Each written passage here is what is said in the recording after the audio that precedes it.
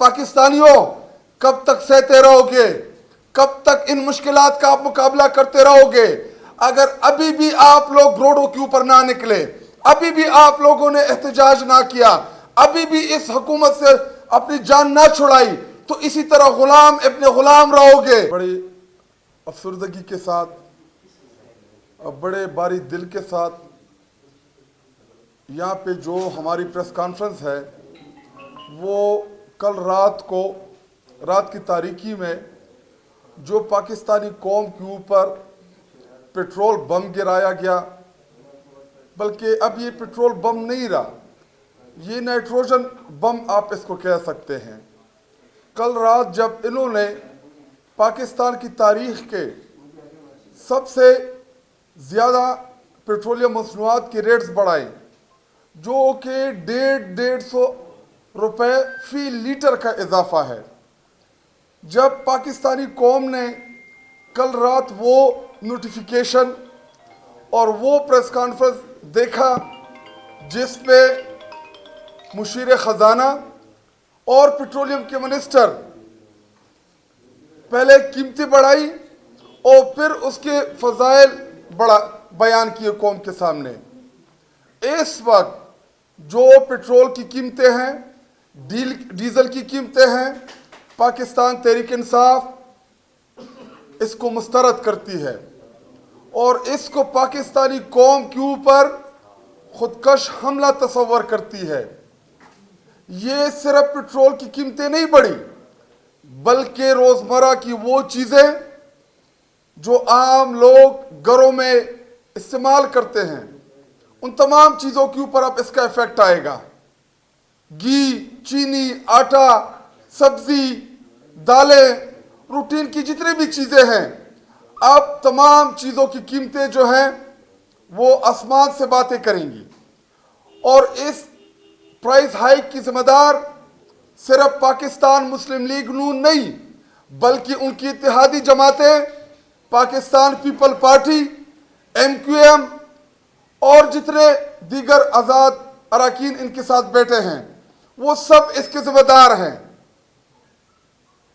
अगर ईवान के अंदर पाकिस्तान के ऊपर जो मुसल्लत शुदा टोला है, अगर ये अवाम के वोटों से इलेक्ट हुआ होता तो ये आज इतनी कीमतें ना बढ़ाते, बल्कि ये इस मुश्किल की घड़ी में पाकिस्तानी कौम को रिलीफ देते।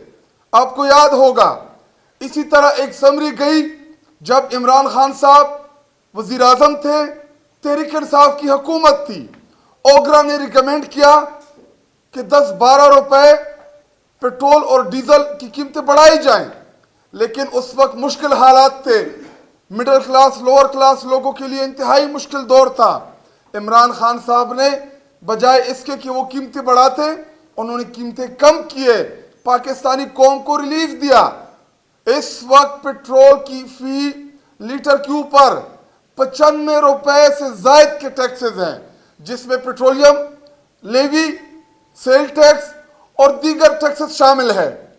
ये जो इस वक्त झूठ बोल रहे हैं कौम के सामने कि जी अगर हम ये टैक्सेस और ये पेट्रोलियम लेवी कम करें तो IMF के साथ हमारी डील खराब हो जाएगी।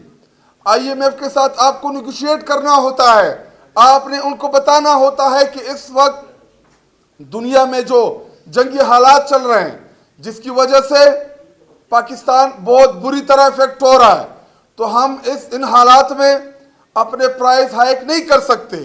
तो आप पेट्रोलियम लेवी जो है इसको 50% पे लेके आते, लेकिन आप लोग ना अवामी हैं, ना आप वोट लेके आए हैं। आपको इसी तरह रात की तारीखियों में फॉर्म 47 के जरिए आपने मैंडेट चुराया और अपनी अयाशों के लिए तो आप 13 अरब रुपए की जहाज खरीद रहे हैं। लेकिन मैं अपने पाकिस्तानी कौम को भी मुखातिब करता हूं कि पाकिस्तानियों कब तक सहते रहोगे?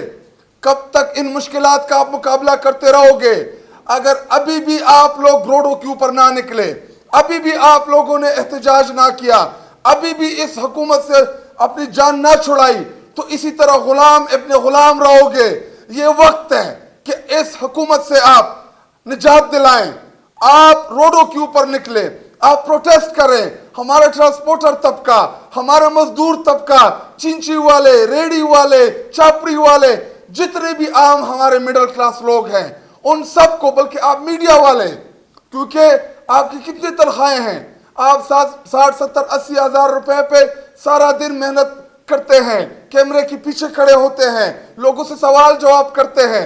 80-90 हज़ार रुपए में इन हालात में आपका घर चलने वाला नहीं है, इसका डायरेक्टली इफेक्ट आप होंगे।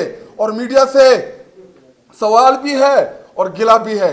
हमारे दौरे हुकूमत में जब 2 रुपए पेट्रोल की कीमतें बढ़ती थी तो माइक आप बाजारों में फिराते थे, आपके साथ कैमरा होता, माइक होता और लोगों से सवाल पूछते थे कि जी महंगाई के बारे में आप क्या कहना चाहते हैं, पेट्रोल की कीमतें बढ़ी हैं, इस पे आप क्या कहना चाहते हैं। कल रात से तमाम पेट्रोल पंपों के ऊपर लाइनें लगी हुई, लाइनें क्यों? क्योंकि पाकिस्तानी कौम एक दिन 12 बजे से पहले सस्ता पेट्रोल और डीजल डालना चाह रहे थे। तो ये लाइनों में कब तक आप मेरे पाकिस्तानियों लगोगे? कब तक आप इनके अयाशियों का बोझ आप बर्दाश्त करोगे? जिन्होंने पाकिस्तान को लूटा, जिन्होंने 5,400 अरब रुपए लूटे, ये मैं और आप नहीं कह रहे, ये IMF की रिपोर्ट कह रही है कि इन्होंने 5,400 अरब रुपए पाकिस्तानी कौम के लूटे। तो अगर ये इन्होंने आपके टैक्स के पैसे लूटे हैं तो आप लाइनों में खड़े होंगे या बजाय इसके कि आप अपने हकूक के लिए खड़े होंगे? इस वक्त प्रायोरिटी क्या है? इमरान खान को आइसोलेशन में डाल दो, इमरान खान साहब को डॉक्टर की रसाई ना दो, बुशरा बीबी साहिबा को डॉक्टर की रसाई ना दो, बुशरा बीबी के ऊपर जो घरेलू गैर सियासी खातून है उसको जेल में डाल दो, FIR में डाल दो, सजाएं दिला दो, अदालतें मैनेज कर दो, पूरा सिस्टम मैनेज कर दो। प्रायोरिटी ये है। और रात की तारीखियों में पाकिस्तानियों के ऊपर पेट्रोल बम गिराए। हम इसको मुस्तरद करते हैं, हम इसके खिलाफ भरपूर एहतजाज करते हैं।